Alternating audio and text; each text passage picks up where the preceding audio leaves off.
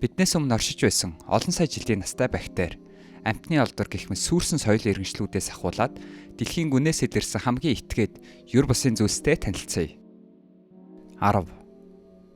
Хэдхэн жилийн өмнө Английн хуучны хонглыг судалж авсан хоёр найз нэгэн сонирхолтой олдуртай таарлцсан. Газрын гүнд 300 метрийн гүнд бараг мартагдсан Marvel киноны зураг авалтын талбай байжээ. Тэд хуучин туглагны уурхай дотор явж байхдаа гинэт Fantastic Four киноны иж бүрэн тайзыг олсон байна. Аль хувилбар болох нь тодорхойгүй ч магадгүй 2000-ад оны ихэнх үе эсвэл сүүлийн үе хувилбарыг байж болох юм. Тэнд бүрэн хэмжээний Америк сургуулийн автобус, тайз, гэрэлтүүлгийн тоног төхөөрөмж, цахилгаан шатны бүхийг гээд яг тэр чигтээ үлдсэн байв. Тэд тайлбарлахдаа ууланд алхаж яваад орцыг нь анзаарсан. Урд нь энэ уурхайг асар том бетон блокууд хааж байсан ч одоо нээлттэй болсон учраас тийшээ гарч идэг асаагаад орсон гэж хэлсэн байна. Тэд мөн тайсны гэрэлтүүлгийн суур, хаана ямар гэрэл байхыг заасан зураглалууд, агаарын хоолой, жижигхэн амны орон суудсан дотор буйдан, богино долгооны зуух, ус буслах зэргийг олжээ. Гайхалтай нь Mission Impossible болон Lord of the Rings кинонуудын зарим хэсгийгч мөн энэ газарт авсан байж магадгүй байна. 9. 1986 онд Румын цөмийн цахилгаан станцын өрөмдлөг хийж байсан ажилчид санаанд оромгүй зүйлийг нээсэн. 5.5 сая жилийн турш хинч орж байгаагүй агууг олжээ. Энэ агууг Mobile Cave гэдэг бөгөөд яг л өөр гариг дээр ирсэн мэт сэтгэл төрүүлэхээр аж. Нарны гэрэл хизээс тусаж байгаагүй. Мөн хүчил төрөгч бараг байхгүй буюу бидний хэрэгэлдгээс 3 дахин бага.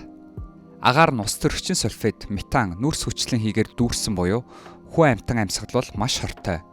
Тэнд харин амьдрал оршдог. Судлаачид 50 гаруй өрмөс төрлийн амьтдын төрөл зүйлийг олсон бөгөөд тэдгээрийн ихэнх нь энэ газраас өөр хаач байдаггүй. Жишээ нь цав цагаан хорхой, сохор аалз, тунгалаг хавч, шин төрлийн усны хилэнц гэх мэт байв. Нарны гэрэл огт үзээгүй эдгээр амьтад газарт орох химийн урвалын үндсэн дээр оршсоор байна. Румын эрдэмтэн Кристиан Ласкул уг агууг анх судалсан хүмүүсийн нэг бөгөөд амьсгалын аппараттай тусгай хамгаалалттай хувцастайгаар орсон. Өнөөдөр зөвхөн цөөнхөдөн эрдэмтэд жилдээ ганц л удаа ордог. 8. Эрдэмтэд дэлхийн гадаргаас 600 км-ийн маш их хэмжээний ус хадгалагдаж байгааг олж илрүүлжээ. Гэхдээ энэ том нуур мэт зүйл нь усаар дүүрэн биш, харин Ringwoodite гэх эрдэс дотор ус шингээсэн буюу ус шингээх хөвсгөр чулуу мэт байдаг аж. Судлаачид газар хөдлөлтийн долгионы тархалтаас үүнийг олж мэджээ. Газар хөдлөлтийн долгион далд усан давхаргаар өнгөрөхөд хэлбэр нь өөрчлөгдөж байв. Хэрвээ чулуутсан давхаргын 1% нь л ус агуулдаг гэж үзвэл дэлхийн бүх далайн уснаас 3 дахин хэмжээний ус энд хадгалагдаж байгаа юм. Харин дэлхийн усыг дэлхийгээс хөгшин буюу гаднаас солдроор ирсэн битц гэж нөгөөтөөсөө үздэг. 7. Италийн Франсиси агууд судлаачид хан даган урссан урт салс шиг амьд нялцгай биетүүдийн бөөгнөрлийг илрүүлжээ. Энэ бол нарны гэрэлгүй, хүчил төрөгч бараг байхгүй орчинд оршдог бичил биетүүдийн колони юм.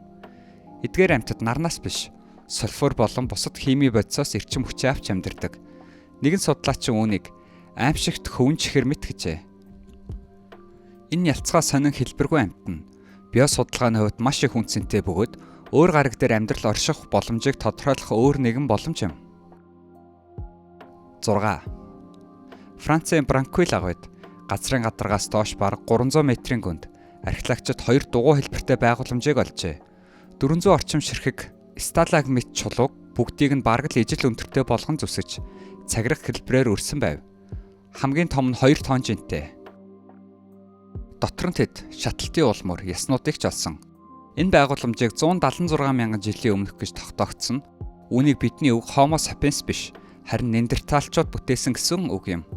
Тиймээс Неандерталчууд зөвхөн зэрлэг амьтан биш, харин сэтгэн бодох, төлөвлөх, бүтээх, ёслол үйлдэх чадвартай буюу илүү нарийн хэлбэрийн нийгэмтэй байсныг харуулж байна. 5. 2011 онд Өмнөд Африкийн алтны уурхайгаас 3.5 км-ийн гүнд амьдардаг маш жижигхэн өтийг илрүүлжээ. Үүнийг Palacephalopus Mephisto гэж нэрлэсэн бөгөөд Mephisto гэдэг нь шулам чөтгөр гэсэн утгатай үг. Энэ өт нь хүчил төрөгч бараг байхгүй. 15 мянган жилийн настай усан дотор амьдардаг. 37 градусын хэмжээнд амьдрах чадвартай бөгөөд бэлгийн үржилгүй бактериар хооллдог. Энэ өнөө хүртэл илэрсэн хамгийн гүнд амьдардаг олон эст амьд бит юм. 4. Флоридад чөтгөрийн хонгил буюу Дэвис Дэн нэртэй газар байдаг. Газрын гадаргаас бол ингээл хонгил мэт харагддагч дотогш орох тусам тунгалаг ус бүхий дулаан агуу байдаг. Нарны гэрэл нүхээр тусаж маш нууцлаг орчин бүрдүүлдэг. Эндээс эрдэмтэд мөксөн амьтад болох арслан зан, сэлэм шүдэт бар гих мэт авраг амьтад болон эртний хүмүүсийн арга асыг олсон. Үүнийг эрт үеийн оршуулгын газар эсвэл булшны нүх болгон ашиглаж байсан байх магадaltaй байна. 3. Дэлхийн гүнд бид өөр нэгэн цөмтэй гэсэн яриаг сонсож байсан уу? Өмнө нь бид дэлхийг 4 үе давхархтай гэж үздэг байсан.